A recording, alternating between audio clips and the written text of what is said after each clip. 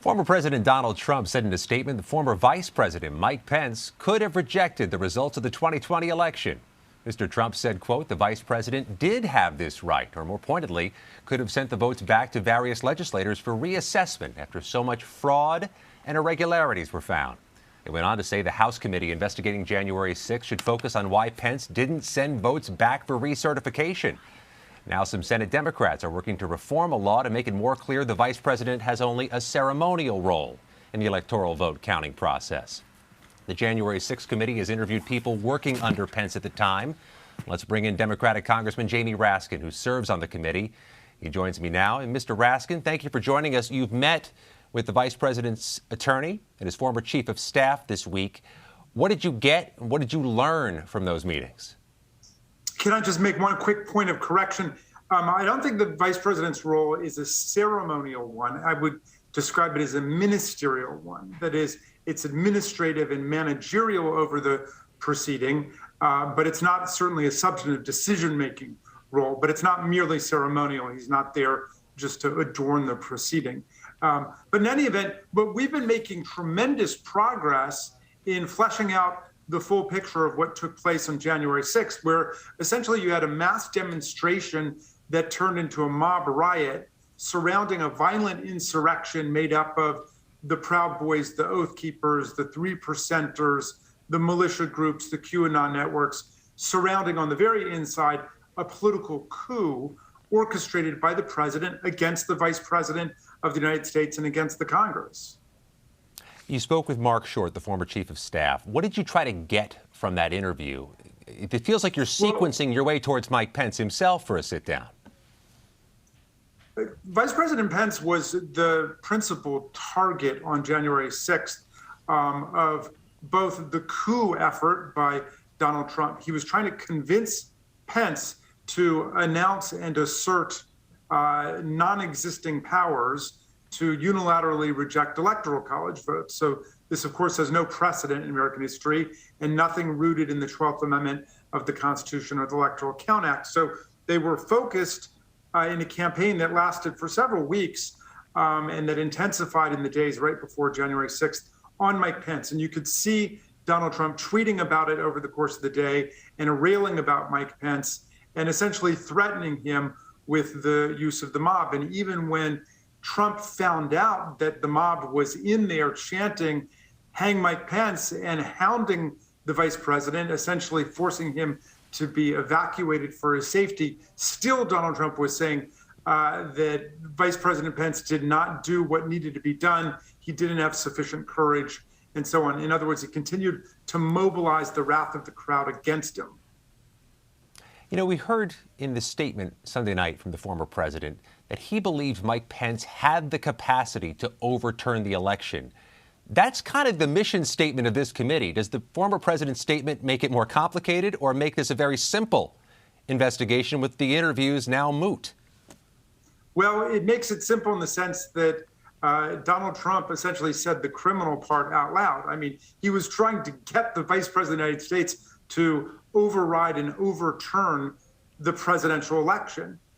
He was trying to endow the vice president with, and of course, magical and unconstitutional power to wave his magic wand and make the electoral college votes of millions of people disappear, specifically Arizona, Georgia, Pennsylvania, perhaps Michigan and Wisconsin as well. And so that makes it very clear what he was up to. But on the other hand, Donald Trump has been trying to sandbag and obstruct us, of course, by getting his greatest intimates within his entourage, like Roger Stone and Steve Bannon and Mark Meadows, not to testify.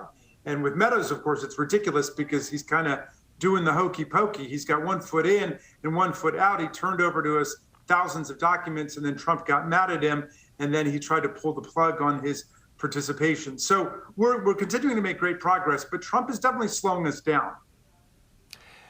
The accused Oath Keepers founder, Stuart Rhodes, meets with you all tomorrow. His defense lawyers tell me he's going to invoke the 5th. But then Thursday or Friday, you're scheduled to meet with Ivanka Trump.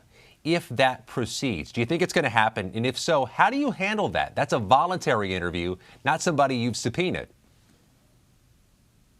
Yeah, well, first of all, we're conducting a lot of different interviews and depositions, and some of them have been overlapping and simultaneous. So we have different groups sitting at different points, and of course, we're transcribing and recording everything.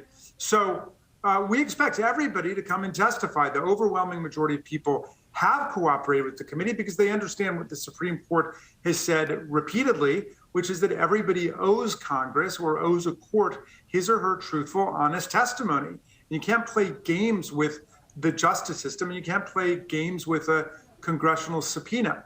So I would expect Ivanka Trump to come and testify. The Supreme Court already rejected the phony executive privilege claims that were washed away in the archives case where Donald Trump sued our committee. That's gone. That was an 8-1 decision with only Clarence Thomas siding with Donald Trump. So if the president doesn't have an executive privilege claim, certainly the daughter of the former president doesn't have an executive privilege claim. What we've got is the Congress and the president of the United States agreeing that there's no executive privilege here. So everybody's got to come and testify. The sooner they do that, the sooner we'll be able to have hearings, and the sooner we will be able to get a report to the American people and to the Congress about what exactly happened to us, what were the causes behind it, and then what do we need to do to fortify our democratic institutions so we never face a nightmare like that again. And you do expect Ivanka Trump this week to meet with you? Well, I don't know that we're commenting on specific people, specific days and times, but I'll just say I personally am expecting everybody who is asked to come and testify to come and do it.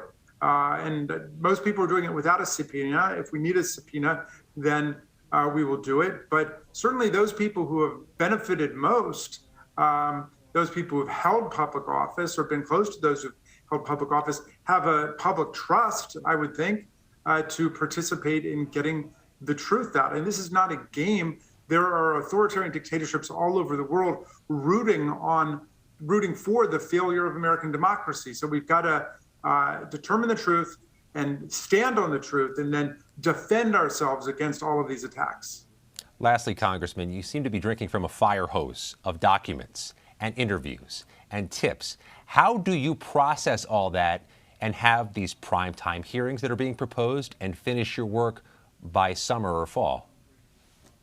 Well, we've got a superb staff. We've got superb lawyers. The members of the committee are operating in excellent bipartisan fashion. I'll tell you, I don't serve on another committee in Congress like this one because we all have the same common goal. So many of the committees start meetings and hearings today with just partisan bickering and invective. And the January 6th Select Committee is unified on a bipartisan basis in trying to work methodically to get to the truth of what happened. And so we've been learning a lot. We're making great progress. And, then we have to get to the part where we come up with a whole set of recommendations from rules of Congress to federal laws to the presidential election process. What needs to be done to make sure that we're not vulnerable to coups and violent insurrections coming from a domestic source, as it was in this case, or foreign sources in the future. Primetime hearings possible by March, April? Yeah, I think that April sounds more realistic right now. And what I'm thinking is that we need a set of tightly packed hearings so the public can see the whole story, beginning, middle, and end. Essentially, what we tried to do in the impeachment trial, the second impeachment trial of Donald Trump, where we tried to tell the story of how exactly Donald Trump set about inciting a violent insurrection against the Union. And that, of course, ended with bicameral, bipartisan statement that the president did incite a violent insurrection, although he beat the constitutional spread. We didn't get quite to 2/3, but it was a 57-43 vote in the Senate. And I think he was convicted in the court of public opinion and in the eyes of history. Busy week for the January 6th committee. Congressman Jamie Raskin of Maryland, thank you for your time. Thank you for having me.